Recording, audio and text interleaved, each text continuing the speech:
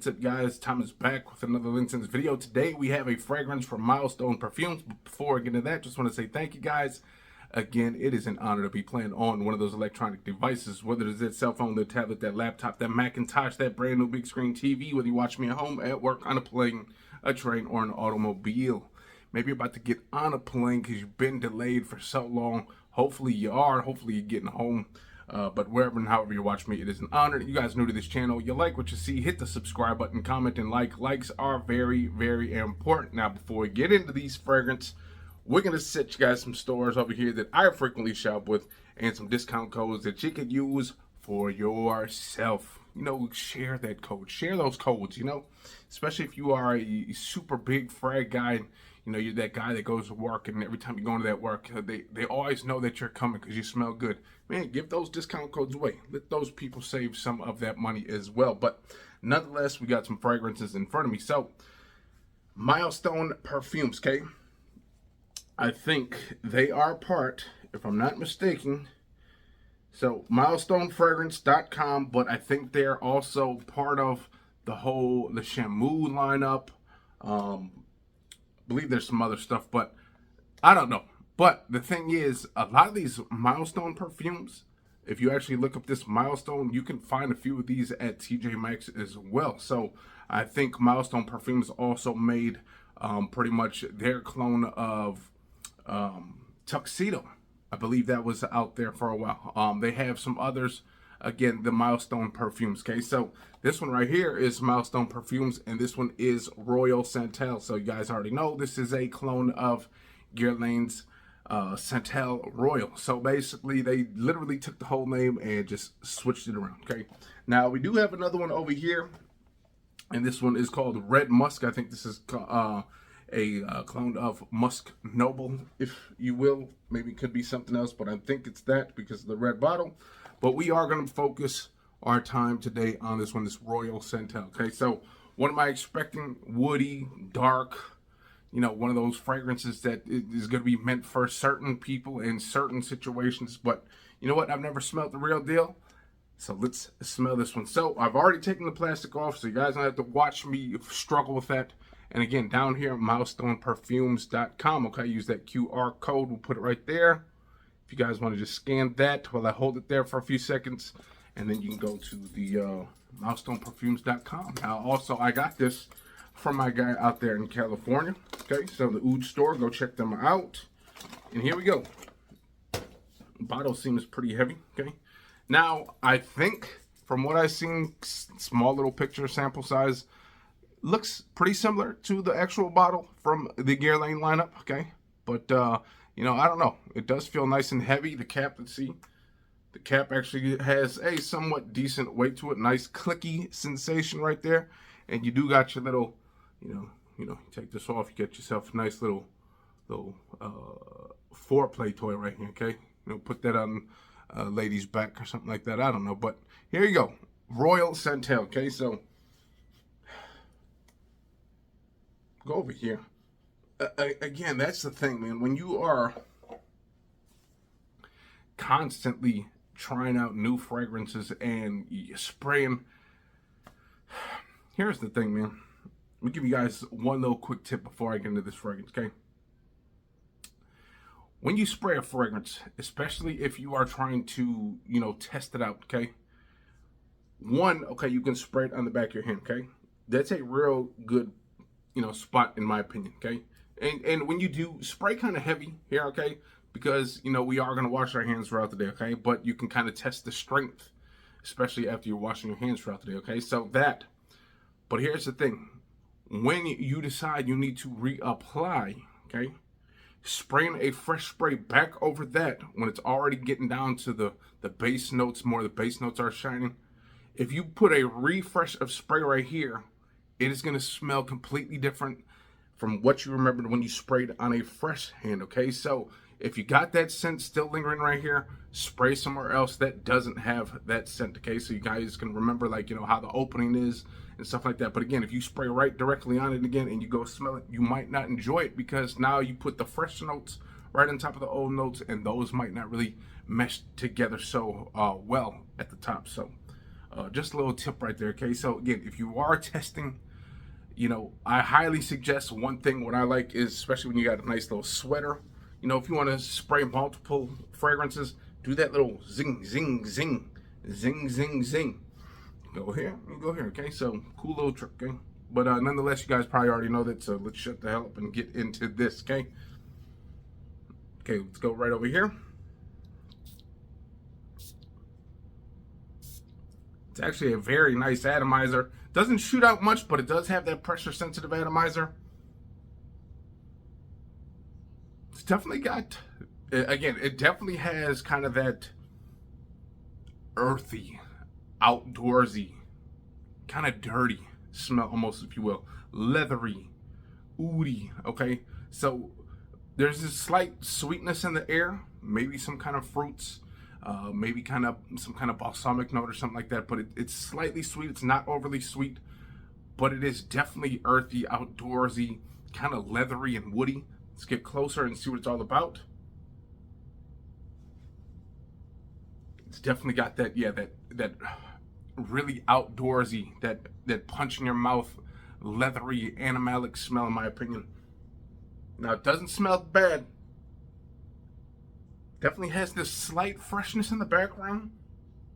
That's definitely helping out with those stronger notes. That again, that earthy, that dark, that leathery smell. Okay, that slight bit of freshness is definitely helping. But if you're just going right at it and you're smelling it, you are definitely going to get that leathery, woody smell. Okay. And again, there is this slight freshness about this fragrance, and in the air there's a slight bit of sweetness going on. Not that much, but when you smell closer to the skin, it is definitely more that leathery, outdoorsy, animalic, if you will.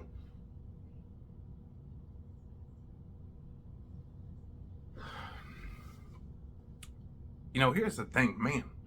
Again, when it comes to like these leatheries, these earthy fragrances, there's only so much that they can do with these fragrances. And honestly, in my opinion, when you got yourself like one of these leathery fragrances, okay, when you got something else, honestly, instead of buying more leathery fragrances, honestly, I feel like the best thing to do, because again, the only people who really are spraying their hands, okay, one, I guess if you want to test it, but again, if you are already in an Ulta and you want to test a fragrance out, you might as well spray it as if it's your own, okay? They don't care, so you might as well do that. But the reviewers and stuff like that, YouTubers, okay, we're all going to, spray here just so we can pinpoint all the notes and stuff like that. But here's the thing. The majority of us, okay, if you're not doing reviews, you're not kind of trying to, pick out notes and stuff like that, you're going to spray over your body, okay? You're going to get a better feel for this fragrance. And again, off the hand, it's probably not going to be for everybody because of that, like that rough edged, that leathery, that woody, that woody smell that you get. Again, there's a slight freshness, but if you're going based off just the hand, you might not enjoy it. And again, that's why I say, spray like, your sleeve, your forearms right here. But this is, again, where I'm doing it just so it's closer and I can get to it easy. If I did it right here, I got to keep doing this. This is a little bit easier, so that's why I do it. But here's the thing. If you pretty much have, especially like your favorite notes, okay? My favorite note is pretty much cardamom, the tobaccos, okay? The citruses, okay? Once you got pretty much your favorite fragrances with those notes, and then you got some warm ones, honestly, I suggest just doing more layering, okay? Because again, if you get too many of these leather fragrances, again, these leathery, these woodies, these outdoorsy, again, you can only wear it for certain situations. Now, if you just don't give a damn, like I do sometimes, you just wear whatever the hell you want to wear. But most of us are going to wear a fragrance based off the situation, based off circumstances. We are going to wear a certain fragrance. And again, if you got a few of these leathery fragrances already, honestly, the best bet would be just save your money. Use like a fresh spray of something else, just one or two, and then go, 3 to 4 sprays of the leather, just so you can get that kind of that effect of all these different leathery fragrances. Because again, you get one, you start smelling similarities, and you're like, okay, again, here's the thing. A lot of these fragrances have great sillages. When you get outdoors, you smell that beautiful smell. And honestly, you get the same thing if you literally layer some of these fragrances, okay?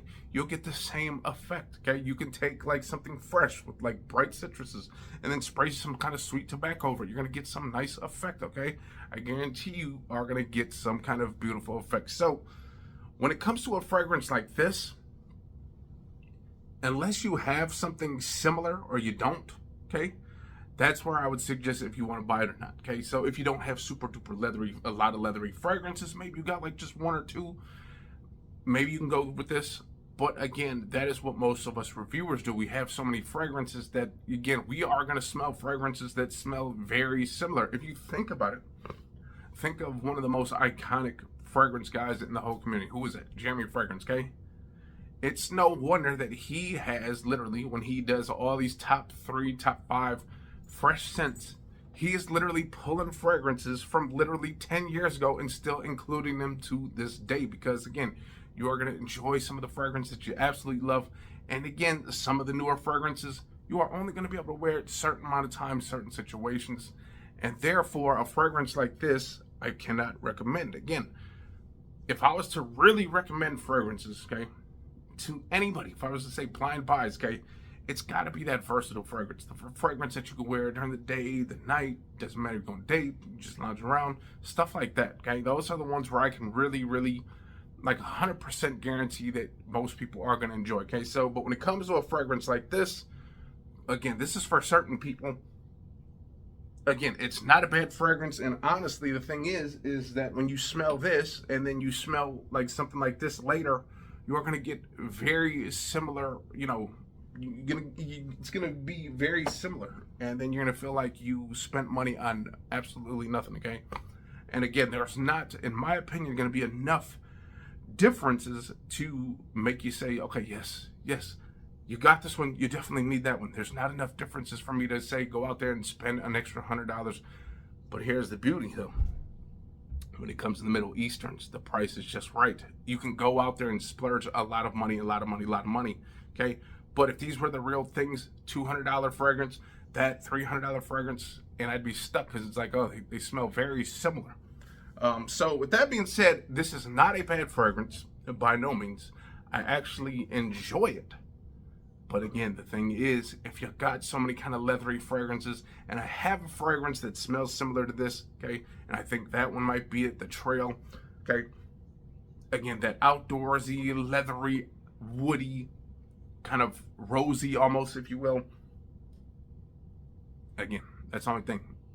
You smell it on the skin. Now you're just going to hope that when you get outdoors, you just get this beautiful lingering effect, which I'm pretty sure this most likely will. Okay, so that is that.